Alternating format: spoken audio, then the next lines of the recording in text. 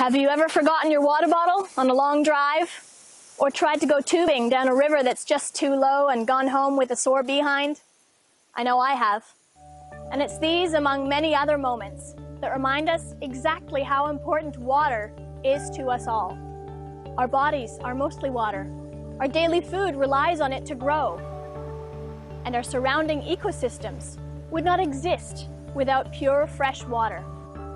I'm Waterwoman, and I'm here today to talk to you about some of the water issues that I've noticed we've been having in the Cowichan Valley, and how storing more water in Cowichan Lake can help solve some of those issues. This amazing place is my home, and I'm here to do everything I can to help. Sadly, as you probably know, summers in the Cowichan Valley have been way too dry lately. Our summer rainfall has decreased by 1/3 since 1980. If you've been around as long as I have, you will remember wet spring seasons when the summer didn't start until the end of June. Well, not so much these past few years. There's still plenty of rain in the winter, but in the summer and spring, everything has been drying up. It's a real problem, not only because drinking water becomes scarce and tubing on the Cowichan River becomes impossible, but because vital members of the lake and river ecosystems, like the iconic Pacific salmon, rely on a healthy water system to survive. Luckily, there is a weir on Cowichan Lake that helps control the river flow a bit. It has gates that can be closed to reduce the water that flows out into the Cowichan River. And when needed, the saved water can slowly be let out all summer to stop the river from running dry. In the spring, my friends the fish hatch from eggs in the gravel way upstream in the river. The baby fish stay there, nestle safely among the bushes along the riverbanks that are flooded in the spring, growing fat and strong until it's time to make their way to the wide open ocean. But if we are forced to shut the weir gates to save water for later, the young fry get stranded in little pools by the side of the river as the water levels drop. Us humans then have to rescue the salmon and move them to safety. And in the fall, when the salmon want to return home from the ocean to lay their eggs, they need lots of water to get past all their hurdles. They have to jump over logs and waterfalls, get over gravel beds, and dodge hungry predators. It's a jungle out there, and every drop helps move them along.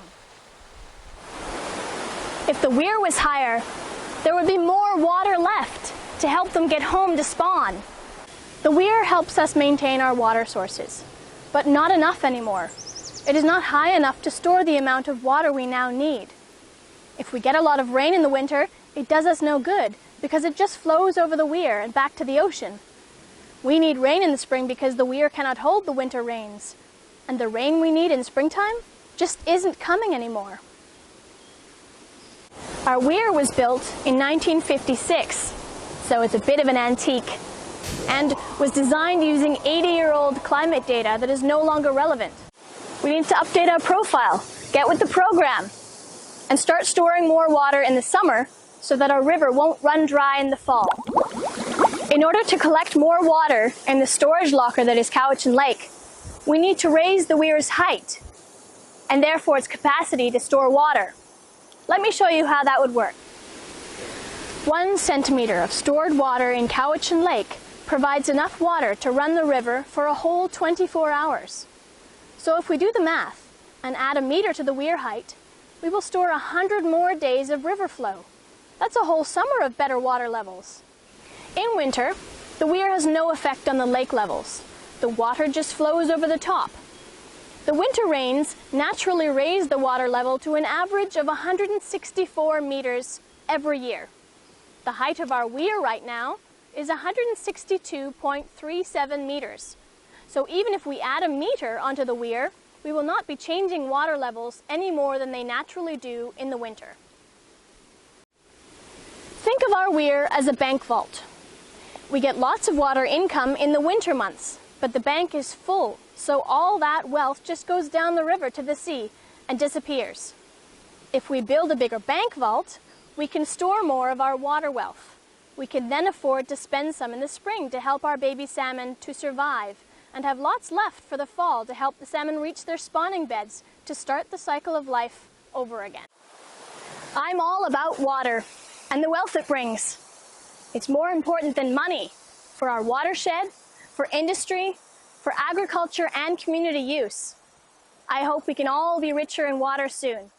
And we can be, if we all see the benefits to thinking ahead and storing more water by raising our weir. We just need to go with the flow.